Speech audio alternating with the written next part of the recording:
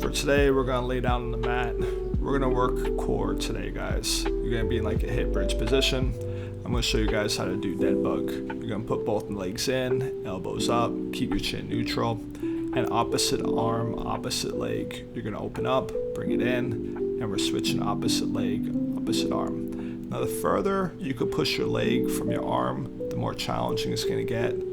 The closer you keep them in, the less challenging. Find your challenge level. Very good. And again, you want to maintain that dead bug position, keeping your belly tight. Don't let your low back arch. Your shoulders and head should be slightly off the ground, not laying completely flat. And we're alternating sides. Very good. Alternate opposite arm, opposite leg, opposite arm, opposite leg, and opposite arm, opposite leg, and switch sides and bring it back in. Rest your legs. We're going to put your hands under your butt and we're going to a reverse crunch, cradling your hips towards your belly button. Now, the goal on this is to make sure you're tilting your pelvic inward so you can really engage your lower abdominal muscles. If you don't get that pelvic tilt up, you're only working your hip flexors and not really getting a lot of low core engagement. Very good.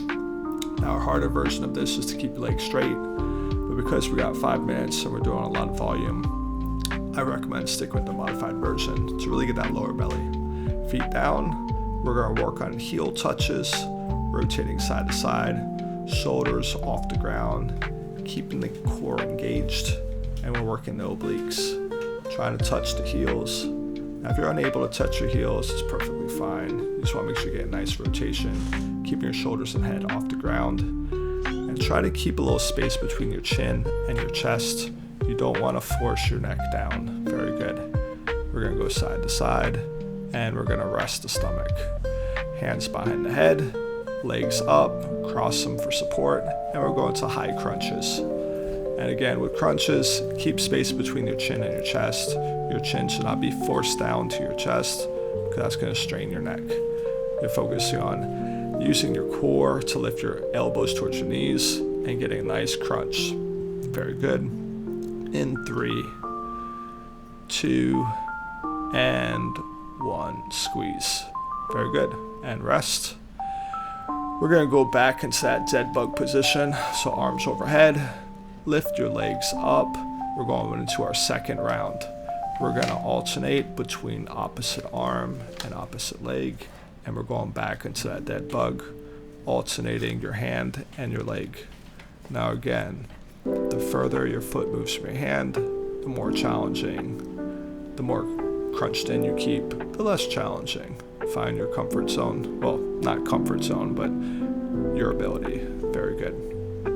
I do want you to challenge yourself. You should feel your core engaged in this one. Very good.